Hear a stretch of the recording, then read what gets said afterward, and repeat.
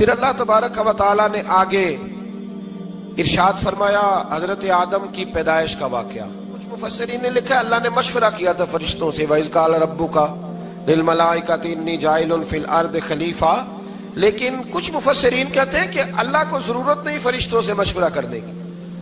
اللہ نے فرشتوں سے مشورہ نہیں کیا، بلکہ رب نے انہیں آگاہ فرمایا تھا کہ میں لگا ہوں زمین پہ اپنا نائب بنانے، میں خلافت دینے لگا ہوں زمین پہ. اب یہ تو دینے والی کی مرضی ہے نا اس نے کس کو دینی ہے، یہ تو دینے والے کی مرضی ہے نا اس نے. تو کچھ لوگ کہتے ہیں کہ دینے والے سے زیادہ ہمیں پتہ ہے. تو فرشتوں کو بھی یہ اجتہادی خطا ہو گئی، کہنے لگے یا اللہ اسے نہ بنانا، یہ فساد کرے گا، یہ خون ریزیاں کرے گا. تو اللہ نے فرمایا جو میں جانتا ہوں وہ تم. اللہ اکبر. امام راضی فرماتے ہیں جب رمضان آتا ہے تو اللہ فرشتوں سے کہتا ہے ذرا یہ کھول کے دروازے دیکھو نا یہ زمین پہ کیا کر رہے ہیں. تم تو کہتے تھے فساد کریں گے اور یہ سارے تراویحیں پڑھ رہے ہیں. تم تو گویا کہتے تھے فساد کریں گے اور یہ تو دیکھو گویا رمضان کے روزے رکھ رہے ہیں، یہ تو میری یاد میں نکلے ہوئے ہیں. تم کچھ کہتے تھے اور دیکھو میں نے تمہیں کہا تھا نا جو میں جانتا ہوں وہ تم. اللہ نے پھر حضرت آدم علیہ السلام کو تمام زمانے کے علوم عطا کیے، علم سکھا لیا. تو فرشتوں سے کہا تم بھی ان چیزوں کے نام بتاؤ، تو وہ بتا سکے نہیں. اللہ نے فرمایا اب اس طرح کرو آدم کو سجدہ کرو. سب نے سجدہ کیا سوائے وہ. کہنے لگا یا اللہ صرف تجھے ہی کرنا ہے.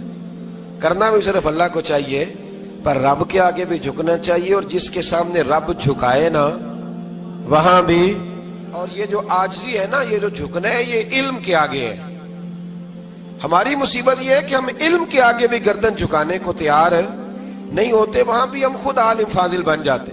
تو فرمایا کہ سب سے کہا سجدہ کرو. سب نے سجدہ کیا سوائے ابلیس کے. تو پھر ہوا کیا وَكَانَ مِنَ الْكَافِرِينَ، وہ کافروں میں سے ہو گیا. پھر اللہ نے حضرت آدم کو اور جناب حوا کو نا مقام دے دیا جنت میں رہنے کے لیے، اور کہا سارا کچھ کھانا، درخت کے قریب نہ جانا.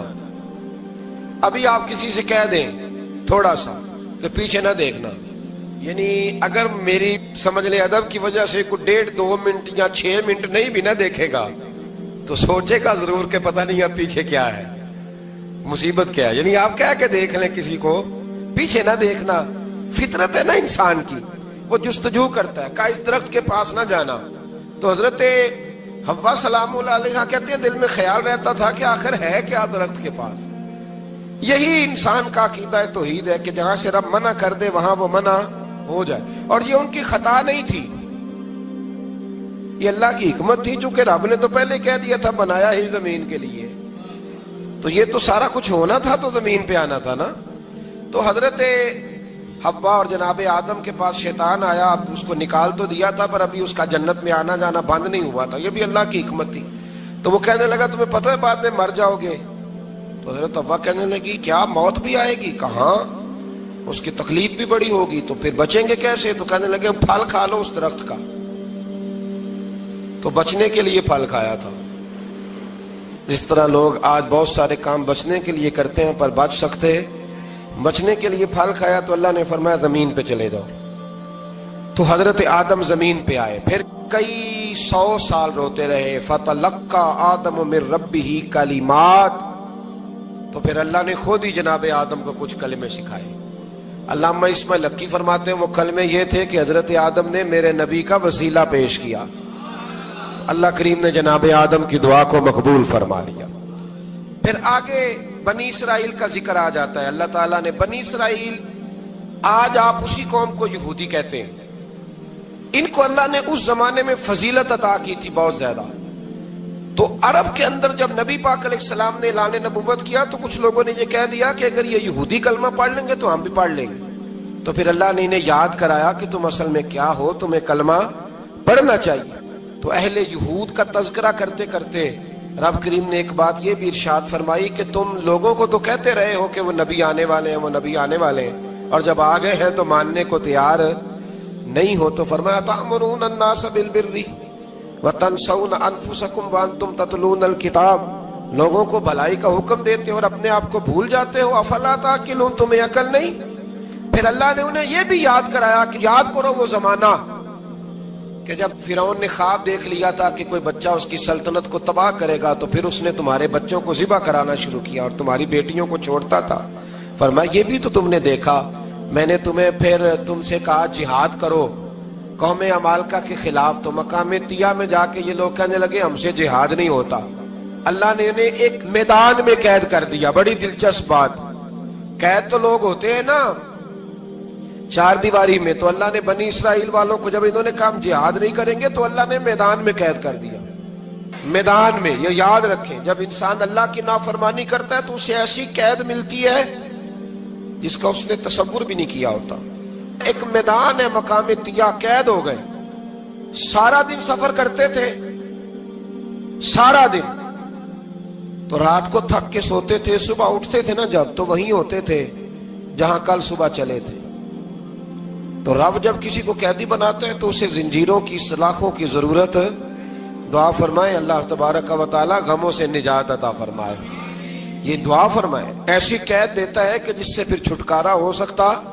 تو بنی اسرائیل کا بہت زیادہ تذکرہ اس بارے میں اللہ تبارک و تعالی نے پھر بیان کیا, اور پھر کہا کہ انہیں جو حکم دیا جاتا تھا یہ اس کی سرتابی کرتے تھے. پھر اللہ نے ان پر ذلت نازل کر دی اور یہ ہمیشہ اس کا شکار رہے. قوم سبت کا ذکر فرمایا اللہ نے. ہفتے والے دن کچھ لوگ نافرمانی کرتے تھے. ہمارے بھی ہیلے بہانے ہیں نا آج کل کاروبار میں.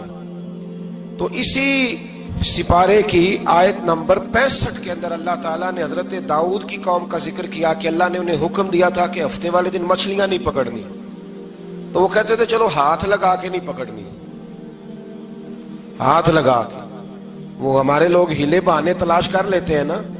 وہ بڑے جناب انشورنس والا آ گیا, اب وہ بینک والا آ گیا, وہ فلانے صاحب آ گئے, وہ تروڑ مروڑ کے کہانیاں باتیں, اور پھر ہمیں بھی رستے مل جاتے ہیں بچنے کے. مفتی صاحب نے کہہ دیا تھا ایک مولانا سے میں نے ان کو کہا ہفتے والے دن مچھلیاں نہیں پکڑنے کا. نہیں پکڑتے, چھوٹے چھوٹے حوض بنا لیے. تو مچھلیاں زیادہ آتی تھی اس دن. یہ بھی اللہ کی قدرت تھی. نماز کے وقت گاہک زیادہ آتے ہیں, یہ اس کی قدرت ہوتی ہے. تو وہ مچھلیاں حوض میں جمع ہو جاتی ہیں. یوں سمجھ لیں کہ جال انہوں نے لگا لیے ہوئے تھے, تو جال میں وہ پھنستی رہتی تھی, حوضوں میں آتی رہتی تھی. ہفتے کو نہیں پکڑتے تھے, اتوار کو پکڑ لیتے تھے. تو پھر اللہ نے انہیں سزا دی. فرمایا تماشے کرتے ہو اللہ کے حکم کے ساتھ. کیا سزا دی؟ فَقُلْنَا لَهُمْ كُونُوا قِرَادَةً خَاسِئِينَ. فرمایا بندر بن جاؤ دھتکارے ہوئے. جو رزق حرام طریقے سے کماتے تھے رب انہیں بندر بنا دیتا تھا. ابھی بھی میں نے دیکھے ہیں بڑے بڑے تاجر پاگلوں جیسی زندگی گزار رہے ہیں. نفسیاتی طور پہ سکون نہیں ہے, کروڑوں روپیہ پڑا ہے. کیوں؟ اس لیے کہ رب کے بتائے ہوئے طریقے کے مطابق تجارت نہیں کرتے. آگے ایک اور دلچسپ بات آ گئی. بنی اسرائیل کے اندر نا ایک شخص نے اپنے چچا کو قتل کر دیا جائیداد کے لیے. یہ دیکھیں کب سے لوگ جائیداد کے لیے قتل کرتے آ رہے ہیں. چچا کو قتل کر دیا, اور قتل کر کے حضرت موسیٰ علیہ السلام کے پاس آئے کہ میرے چچا کو کسی نے قتل کر دیا ہے, تو بتائیں کیا کرنا ہے. تو آپ نے فرمایا کہ گائے ذبح کرو اور اس کا ایک ٹکڑا مقتول کو مارو, مرنے والے کو. وہ خود اٹھ کے بتا دے گا مجھے کس نے قتل کیا ہے. اب ارادہ نہیں تھا گائے ذبح کرنے کا تو بہانے کرنے لگے. ارادہ نہیں نہ ہوتا تو پھر کیا ہوتے ہیں, کہنے لگے گائے کس طرح کی ہو, بوڑھی ہو کہ بچی ہو, رنگ کیسا ہو, جوان ہو کہ چھوٹی ہو, حال میں ایک دفعہ چلنا سیکھ گئی ہو یا ابھی نہ سیکھی ہو. تو بتاتے گئے تو رب بھی شرطیں بیان کرتا گیا. گہرے زرد رنگ کی ہو, حال کے اندر اسے نہ چلایا گیا ہو, پانی نہ نکالا گیا ہو, نہ بچی ہو نہ جوان ہو, اس کے درمیان ہو. یہ ساری شرطیں کہاں پائی جاتی تھی؟ حضرت موسیٰ علیہ السلام کی قوم کا ایک شخص تھا جو اللہ کا ولی تھا.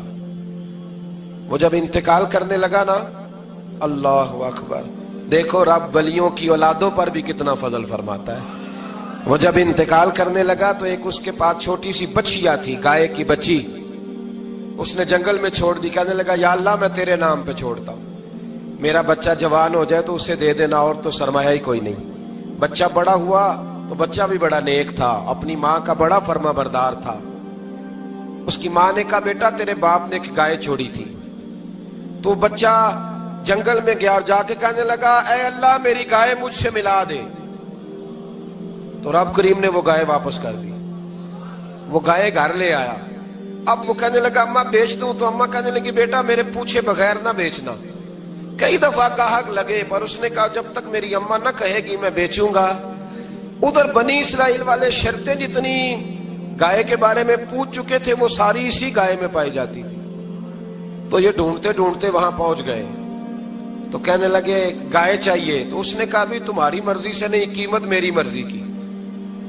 ایک مفسر نے تو یہاں تک لکھا ہے کہ اس نے کہا گائے ذبح کر کے نا، تو جتنا گائے کے اندر گوشت ہوگا نا اتنا ہی کھال کے اندر تو مجھے مال بھر کے دو گے، اتنے سکے بھر کے دو گے، اتنی اشرفیاں بھر کے دو گے تو پھر تمہیں گائے دوں گا۔ تو پھر یہ گائے انہیں ملی اور یہ گائے لے کر کے آئے۔ زیادہ سوالات نہ کرتے تو زیادہ الجھتے نہ۔ ہم بھی دین کے معاملے میں بڑے سوال جواب کرتے ہیں، اتنا سوال کریں جتنی اس کی ضرورت ہے۔ ان لوگوں نے سوالات زیادہ کیے تو پھر الجھ زیادہ گئے۔ تو میرے بھائی اس کا ذکر بھی اللہ تبارک و تعالیٰ نے پہلے پارے کے اندر بیان فرمایا۔ پھر اللہ کریم نے فرمایا کہ کچھ ایسے لوگ بھی ہیں یہودیوں میں سے جن کا دعویٰ ہو گیا ہے کہ ہم اللہ کے بڑے پیارے ہیں۔ فرمایا یہ صرف ان کے منہ کی باتیں ہیں، یہ تو قیامت میں پتہ چلے گا نا کہ اللہ کا پیار کس کے ساتھ زیادہ ہے۔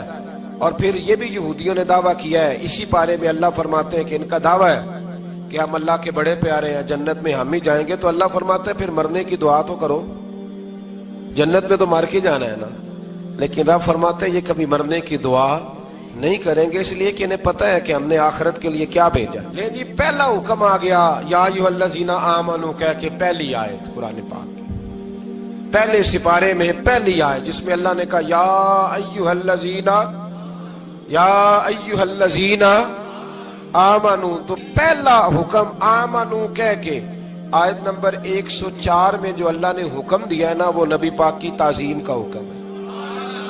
پہلا حکم ہی اللہ نے حضور کی عزت اور ناموس کا ارشاد فرمایا۔ پہلا اس ترتیب کے لحاظ سے وہ ہوا یہ کہ جب نبی پاک کو بات ارشاد کرتے تو صحابہ کرام اٹھ کے عرض کرتے رائینا یا رسول اللہ، حضور سمجھ نہیں آئی ذرا رعایت کر دے۔ تو یہودیوں کی عبرانی زبان کے اندر نہ ذرا کھینچ کے پڑھتے تھے رائینا، تو اس کا معنی بنتا تھا معاذ اللہ اے ہمارے چرواہے، بکریاں چرانے والے کو بھی وہ رائینا کہتے تھے۔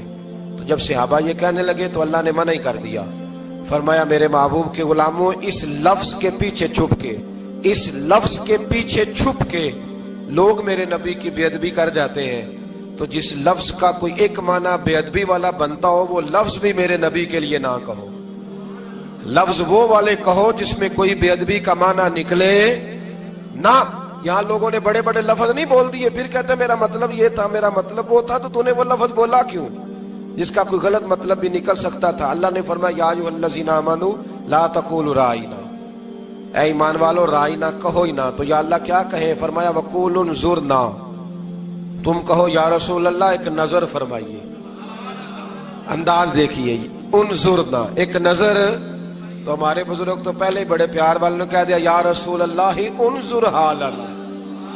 کہتے کہاں سے لاتے ہو جملے؟ میں نے کہا اللہ کی کتاب سے۔ یا رسول اللہ انظر حالنا یا حبیب اللہ اسمع قالا، تو تم کہو انظرنا، محبوب نظر کرم کرے، واسمعوا، اور کیا ضرورت ہے دوبارہ پوچھنے کی؟ اللہ کہتا ہے پہلے ہی دھیان سے سنا کرو، پہلے ہی واسمعوا، پہلے ہی احتیاط سے سنو، وللکافرین عذاب علیم، اور کافروں کے لیے دردناک عذاب ہے۔ لے جی اسی پارے میں اللہ تبارک و تعالیٰ نے پھر اہل یہود کا ذکر کیا۔ تو یہود کہنے لگے کہ ہم حضرت ابراہیم کے ماننے والے ہیں، تو اللہ کریم نے وہ بھی ذکر کیا کہ میں نے تو ابراہیم کو آزمایا ہے، وَإِذِ ابْتَلَىٰ إِبْرَاهِيمَ رَبُّهُ بِكَلِمَاتٍ فَأَتَمَّهُنَّ، ہم نے ابراہیم کو کچھ چیزوں سے آزمایا ہے، وہ ہماری آزمائش پہ پورے اترے۔ قَالَ إِنِّي جَاعِلُكَ لِلنَّاسِ إِمَامًا، تو پھر ہم نے انہیں کہا کہ ہم آپ کو پوری دنیا کا امام بنائیں گے۔ وہ آزمائش کیا تھی؟ آگ میں جانا بھی آزمائش، بیٹے کا نہ ہونا بھی آزمائش، بیٹا ہوا تو پھر اسے وادی غیر ذی زرع میں چھوڑ کے آنا بھی آزمائش، بڑا ہوا تو پھر ذبح کرنا بھی آزمائش۔ فرمایا جہاں جہاں آزمایا ہے نا ابراہیم ہماری آزمائش میں پورے اترے۔ فرمایا تو مفت میں حضرت ابراہیم کی اولاد بنتے ہو اور ان کا نام لیتے ہو اور ان کے ساتھ اپنا تعلق بناتے ہو، دیکھو تو صحیح وہ کتنی آزمائشوں سے گزرے۔ تو اس کا بھی اللہ نے اسی میں ذکر فرمایا۔ اور پھر وہ بات کرتے تھے حضرت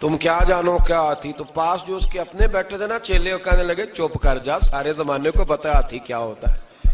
وہ پاگل ہے، اس کے 2 کان ہوتے ہیں، ایک سونڈ ہوتی ہے، 4 اس کے پیر ہوتے ہیں. بیوقوف آدمی، قرآن کا مقابلہ کرنا ہے تو کچھ چج کے ساتھ کر. پاگلوں کی طرح مقابلہ کرے گا، جوتے کھائے گا بھی، ہمیں بھی پڑھوائے گا. تو قرآن مجید کا کوئی مقابلہ کر سکا؟ تو اس آیہ مبارکہ میں اللہ نے کافروں کو یہ کہا اگر مقابلہ نہیں کر سکتے تو پھر اللہ سے ڈرو، ورنہ دوزخ میں ڈالے جاؤ گے، وہ جس کا ایندھن آدمی اور پتھر ہے، اور بنائی بھی کافروں کے لیے گئی ہے. اعدت للکافرین، جہنم کس کے لیے بنائی گئی ہے؟ کافروں اور منافقوں کے لیے. مسلمانوں کے لیے بنائی گئی. مسلمان مرضی سے چھلانگے لگائیں تو ان کی موج ہے، ورنہ ان کے لیے جہنم، ان کے لیے اللہ نے جنت بنائی ہے. اور یہ بات کرتے ہی رب کریم نے فرمایا اے محبوب علیہ الصلوۃ والسلام، مومنوں کو خوشخبری دے دیں کہ اللہ نے ان کے لیے جنت بنائی ہے، اس میں باغات ہیں، انہیں رزق دیا جائے گا کھانے کے لیے، اور اس میں انہیں پاکیزہ بیویاں دی جائیں گی، اور پھر وہ اس میں ہمیشہ رہیں گے، انہیں اس سے نکالا نہیں جائے گا. آگے جو آیات کریمہ ہے نا، اس کے اندر اللہ تبارک و تعالیٰ نے فرمایا ہے کہ اللہ حیا نہیں کرتا سمجھانے کے لیے مچھر کی مثال بھی دینی پڑے. فرمایا قرآن سے کچھ لوگ ہدایت حاصل کرتے ہیں اور کچھ گمراہ ہو جاتے ہیں. جب لوگ اپنی مرضی کی تشریحات چاہتے ہیں تو گمراہ ہوتے ہیں، اور جب قرآن کو رسول اللہ صلی اللہ علیہ وسلم اور امت مسلمہ کی تشریحات کی روشنی میں سمجھتے ہیں تو پھر اللہ ہدایت عطا فرماتا ہے. پھر اللہ تبارک و تعالیٰ نے آگے ارشاد فرمایا حضرت آدم کی پیدائش کا واقعہ. کچھ مفسرین نے لکھا اللہ نے مشورہ کیا تھا فرشتوں سے، وَإِذْ قَالَ رَبُّكَ لِلْمَلَائِكَةِ إِنِّي جَاعِلٌ فِي الْأَرْضِ خَلِيفَةً. لیکن کچھ مفسرین کہتے ہیں کہ اللہ کو ضرورت نہیں فرشتوں سے مشورہ کرنے کی. اللہ نے فرشتوں سے مشورہ نہیں کیا، بلکہ رب نے انہیں آگاہ فرمایا تھا کہ میں لگا ہوں زمین پہ اپنا نائب بنانے، میں خلافت دینے لگا ہوں زمین پہ. اب یہ تو دینے والی کی مرضی ہے نا، اس نے کس کو دینی ہے، یہ تو دینے والے کی مرضی ہے نا اس نے. تو کچھ لوگ کہتے ہیں کہ دینے والے سے زیادہ ہمیں پتہ ہے. تو فرشتوں کو بھی یہ اجتہادی خطا ہو گئی، کہنے لگے یا اللہ اسے نہ بنانا، یہ فساد کرے گا، یہ خون ریزیاں کرے گا. تو اللہ نے فرمایا جو میں جانتا ہوں وہ تم. اللہ اکبر. امام راضی فرماتے جب رمضان آتا ہے تو اللہ فرشتوں سے کہتا ہے ذرا یہ کھول کے دروازے دیکھو نا، یہ زمین پہ کیا کر رہے ہیں. تم تو کہتے تھے فساد کریں گے اور یہ سارے تراویحیں پڑھ رہے ہیں. تم تو گویا کہتے تھے فساد کریں گے اور یہ تو دیکھو گویا رمضان کے روزے رکھ رہے ہیں، یہ تو میری یاد میں نکلے ہوئے ہیں. تم کچھ کہتے تھے اور دیکھو میں نے تمہیں کہا تھا نا جو میں جانتا ہوں وہ تم. اللہ نے پھر حضرت آدم علیہ السلام کو تمام زمانے کے علوم عطا کیے، علم سکھا لیا. تو فرشتوں سے کہا تم بھی ان چیزوں کے نام بتاؤ، تو وہ بتا سکے نہیں. اللہ نے فرمایا اب اس طرح کرو، آدم کو سجدہ کرو. سب نے سجدہ کیا سوائے وہ. کہنے لگا یا اللہ صرف تجھے ہی کرنا ہے. کرنا بھی صرف اللہ کو چاہیے، پر رب کے آگے بھی جھکنا چاہیے، اور جس کے سامنے رب جھکائے نا وہاں بھی. اور یہ جو عاجزی ہے نا، یہ جو جھکنا ہے، یہ علم کے آگے ہے. ہماری مصیبت یہ ہے کہ ہم علم کے آگے بھی گردن جھکانے کو تیار نہیں ہوتے، وہاں بھی ہم خود عالم فاضل بن جاتے. تو فرمایا کہ سب سے کہا سجدہ کرو، سب نے سجدہ کیا سوائے ابلیس کے. تو پھر ہوا کیا وَكَانَ مِنَ الْكَافِرِينَ، وہ کافروں میں سے ہو گیا. پھر اللہ نے حضرت آدم کو اور جناب حوا کو نا مقام دے دیا جنت میں رہنے کے لیے، اور کہا سارا کچھ کھانا، درخت کے قریب نہ جانا. ابھی آپ کسی سے کہہ دیں تھوڑا سا کہ پیچھے نہ دیکھنا، یعنی اگر میری سمجھ لیں ادب کی وجہ سے کوئی 1.5-2 منٹ یا 6 منٹ نہیں بھی نہ دیکھے گا تو سوچے گا ضرور کہ پتہ نہیں اب پیچھے کیا ہے، مصیبت کیا ہے. یعنی آپ کہہ کے دیکھ لیں کسی کو، پیچھے نہ دیکھنا. فطرت ہے نا انسان کی، وہ جستجو کرتا ہے، کہا اس درخت کے پاس نہ جانا. تو حضرت حوا سلام اللہ علیہ کہتے ہیں دل میں خیال رہتا تھا کہ آخر ہے کیا درخت کے پاس. یہی انسان کا عقیدہ توحید ہے کہ جہاں سے رب منع کر دے وہاں وہ منع ہو جائے. اور یہ ان کی خطا نہیں تھی، یہ اللہ کی حکمت تھی، چونکہ رب نے تو پہلے کہہ دیا تھا بنایا ہی زمین کے لیے، تو یہ تو سارا کچھ ہونا تھا تو زمین پہ آنا تھا نا. تو حضرت حوا اور جناب آدم کے پاس شیطان آیا، اب اس کو نکال تو دیا تھا پر ابھی اس کا جنت میں آنا جانا بند نہیں ہوا تھا، یہ بھی اللہ کی حکمت تھی. تو وہ کہنے لگا تمہیں پتہ ہے بعد میں مر جاؤ گے، تو حضرت حوا کہنے لگی کیا موت بھی آئے گی؟ کہاں، اس کی تکلیف بھی بڑی ہوگی، تو پھر بچیں گے کیسے؟ تو کہنے لگے پھل کھا لو اس درخت کا. تو بچنے کے لیے پھل کھایا تھا. جس طرح لوگ آج بہت سارے کام بچنے کے لیے کرتے ہیں پر بچ سکتے، بچنے کے لیے پھل کھایا تو اللہ نے فرمایا زمین پہ چلے جاؤ. تو حضرت آدم زمین پہ آئے، پھر کئی 100 سال روتے رہے. فَتَلَقَّى آدَمُ مِن رَبِّهِ کلمات، تو پھر اللہ نے خود ہی جناب آدم کو کچھ کلمے سکھائے. علامہ اسماعیل لکی فرماتے ہیں وہ کلمے یہ تھے کہ حضرت آدم نے میرے نبی کا وسیلہ پیش کیا، تو اللہ کریم نے جناب آدم کی دعا کو مقبول فرما لیا. پھر آگے بنی اسرائیل کا ذکر آ جاتا ہے. اللہ تعالیٰ نے بنی اسرائیل، آج آپ اسی قوم کو یہودی کہتے ہیں، ان کو اللہ نے اس زمانے میں فضیلت عطا کی تھی بہت زیادہ. تو عرب کے اندر جب نبی پاک علیہ السلام نے اعلان نبوت کیا تو کچھ لوگوں نے یہ کہہ دیا کہ اگر یہ یہودی کلمہ پڑھ لیں گے تو ہم بھی پڑھ لیں گے. تو پھر اللہ نے انہیں یاد کرایا کہ تم اصل میں کیا ہو، تمہیں کلمہ پڑھنا چاہیے. تو اہل یہود کا تذکرہ کرتے کرتے رب کریم نے ایک بات یہ بھی ارشاد فرمائی کہ تم لوگوں کو تو کہتے رہے ہو کہ وہ نبی آنے والے ہیں، وہ نبی آنے والے ہیں، اور جب آ گئے ہیں تو ماننے کو تیار نہیں ہو. تو فرمایا تأمرون الناس بالبر وتنسون انفسکم وانتم تتلون الکتاب، لوگوں کو بھلائی کا حکم دیتے ہو اور اپنے آپ کو بھول جاتے ہو. افلا تعقلون، تمہیں عقل نہیں؟ پھر اللہ نے انہیں یہ بھی یاد کرایا کہ یاد کرو وہ زمانہ کہ جب فرعون نے خواب دیکھ لیا تھا کہ کوئی بچہ اس کی سلطنت کو تباہ کرے گا، تو پھر اس نے تمہارے بچوں کو ذبح کرانا شروع کیا اور تمہاری بیٹیوں کو چھوڑتا تھا. فرمایا یہ بھی تو تم نے دیکھا، میں نے تمہیں پھر تم سے کہا جہاد کرو قوم عمالقہ کے خلاف، تو مقام طیہ میں جا کے یہ لوگ کہنے لگے ہم سے جہاد نہیں ہوتا. اللہ نے انہیں ایک میدان میں قید کر دیا. بڑی دلچسپ بات، قید تو لوگ ہوتے ہیں نا چار دیواری میں، تو اللہ نے بنی اسرائیل والوں کو جب انہوں نے کہا ہم جہاد نہیں کریں گے تو اللہ نے میدان میں قید کر دیا. میدان میں، یہ یاد رکھیں، جب انسان اللہ کی نافرمانی کرتا ہے تو اسے ایسی قید ملتی ہے جس کا اس نے تصور بھی نہیں کیا ہوتا. ایک میدان ہے مقام طیہ، قید ہو گئے. سارا دن سفر کرتے تھے، سارا دن، تو رات کو تھک کے سوتے تھے، صبح اٹھتے تھے نا جب، تو وہیں ہوتے تھے جہاں کل صبح چلے تھے. تو رب جب کسی کو قیدی بناتا ہے تو اسے زنجیروں کی، سلاخوں کی ضرورت ہے. دعا فرمائے اللہ تبارک و تعالی غموں سے نجات عطا فرمائے. یہ دعا فرمائے، ایسی قید دیتا ہے کہ جس سے پھر چھٹکارا ہو سکتا. تو بنی اسرائیل کا بہت زیادہ تذکرہ اس پارے میں اللہ تبارک و تعالی نے پھر بیان کیا، اور پھر کہا کہ انہیں جو حکم دیا جاتا تھا یہ اس کی سرتابی کرتے تھے. پھر اللہ نے ان پر ذلت نازل کر دی اور یہ ہمیشہ اس کا شکار رہے. قوم سبت کا ذکر فرمایا اللہ نے. ہفتے والے دن کچھ لوگ نافرمانی کرتے تھے. ہمارے بھی ہیلے بہانے ہیں نا آج کل کاروبار میں. تو اسی سپارے کی آیت نمبر 65 کے اندر اللہ تعالیٰ نے حضرت داؤد کی قوم کا ذکر کیا کہ اللہ نے انہیں حکم دیا تھا کہ ہفتے والے دن مچھلیاں نہیں پکڑنی. تو وہ کہتے تھے چلو ہاتھ لگا کے نہیں پکڑنی، ہاتھ لگا کے. وہ ہمارے لوگ ہیلے بہانے تلاش کر لیتے ہیں نا. وہ بڑے جناب انشورنس والا آ گیا، اب وہ بینک والا آ گیا، وہ فلانے صاحب آ گئے، وہ تروڑ مروڑ کے کہانیاں باتیں، اور پھر ہمیں بھی رستے مل جاتے ہیں بچنے کے. مفتی صاحب نے کہہ دیا تھا، ایک مولانا سے میں نے ان کو کہا ہفتے والے دن مچھلیاں نہیں پکڑنی. کا نہیں پکڑتے، چھوٹے چھوٹے حوض بنا لیے. تو مچھلیاں زیادہ آتی تھی اس دن، یہ بھی اللہ کی قدرت تھی. نماز کے وقت گاہک زیادہ آتے ہیں، یہ اس کی قدرت ہوتی ہے.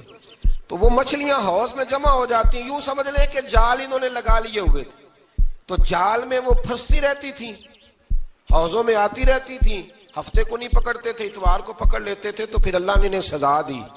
فرمایا تماشے کرتے ہو اللہ کے حکم کے ساتھ. کیا سزا دی؟ فَقُلْنَا لَهُمْ كُونُوا قِرَادَةً خَاسِئِينَ. فرمایا بندر بن جاؤ دھتکارے ہوئے. جو رزق حرام طریقے سے کماتے تھے رب انہیں بندر بنا دیتا تھا.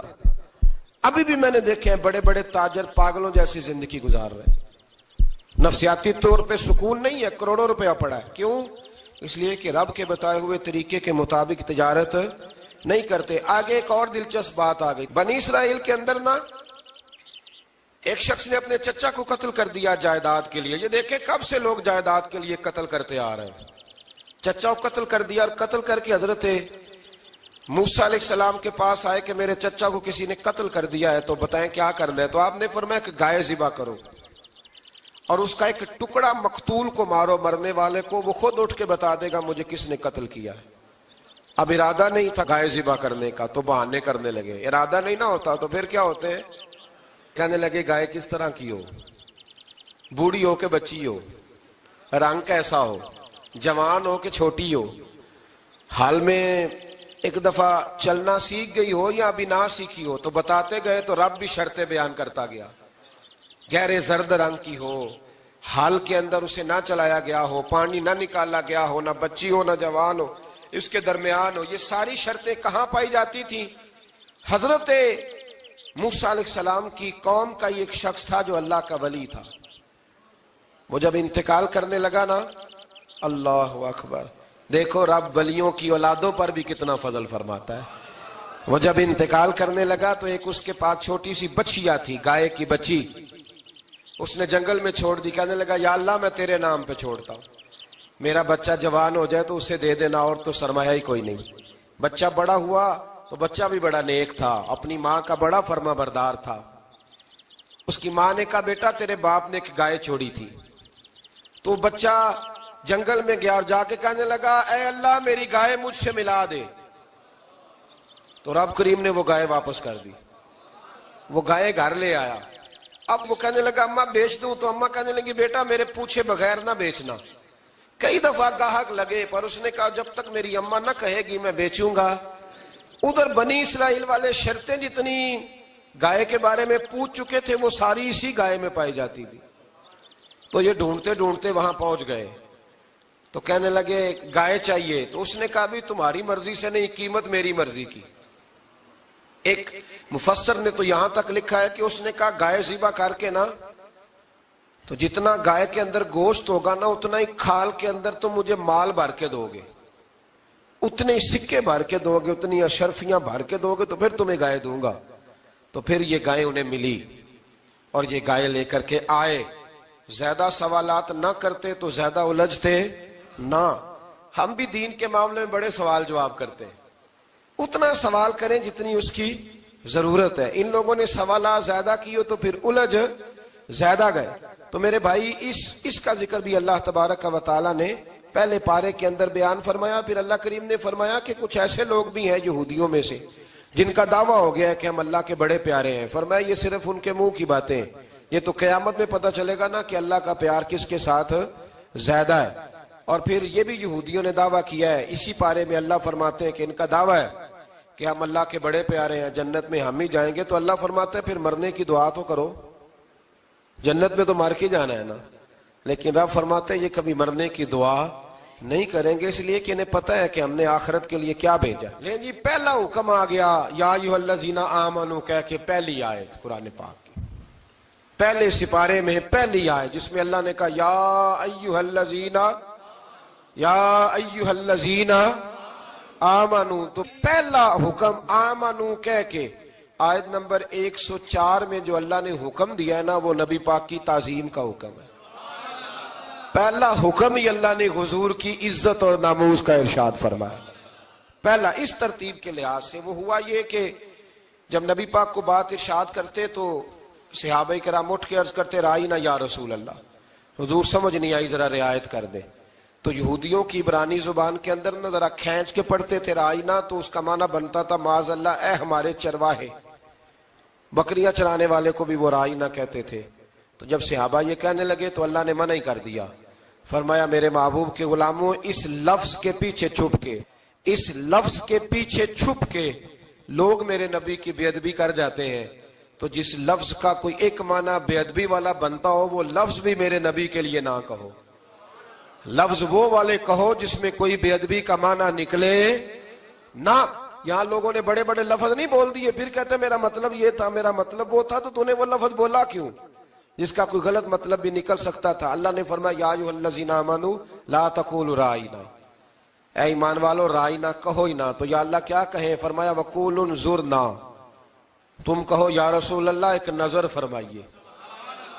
انداز دیکھیے, انظرنا ایک نظر.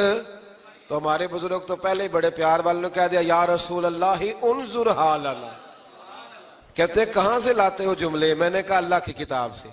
یا رسول اللہ انظر حالنا، یا حبیب اللہ اسمع قالا. تو تم کہو انظرنا، محبوب نظر کرم کریں، واسمعوا، اور کیا ضرورت ہے دوبارہ پوچھنے کی؟ اللہ کہتا ہے پہلے ہی دھیان سے سنا کرو، پہلے ہی واسمعوا، پہلے ہی احتیاط سے سنو. وللکافرین عذاب علیم، اور کافروں کے لیے دردناک عذاب ہے. لے جی اسی پارے میں اللہ تبارک و تعالیٰ نے پھر اہل یہود کا ذکر کیا. تو یہود کہنے لگے کہ ہم حضرت ابراہیم کے ماننے والے ہیں. تو اللہ کریم نے وہ بھی ذکر کیا کہ میں نے تو ابراہیم کو آزمایا ہے. وَإِذِ ابْتَلَىٰ إِبْرَاهِيمَ رَبُّهُ بِكَلِمَاتٍ فَأَتَمَّهُنَّ، ہم نے ابراہیم کو کچھ چیزوں سے آزمایا ہے، وہ ہماری آزمائش پہ پورے اترے.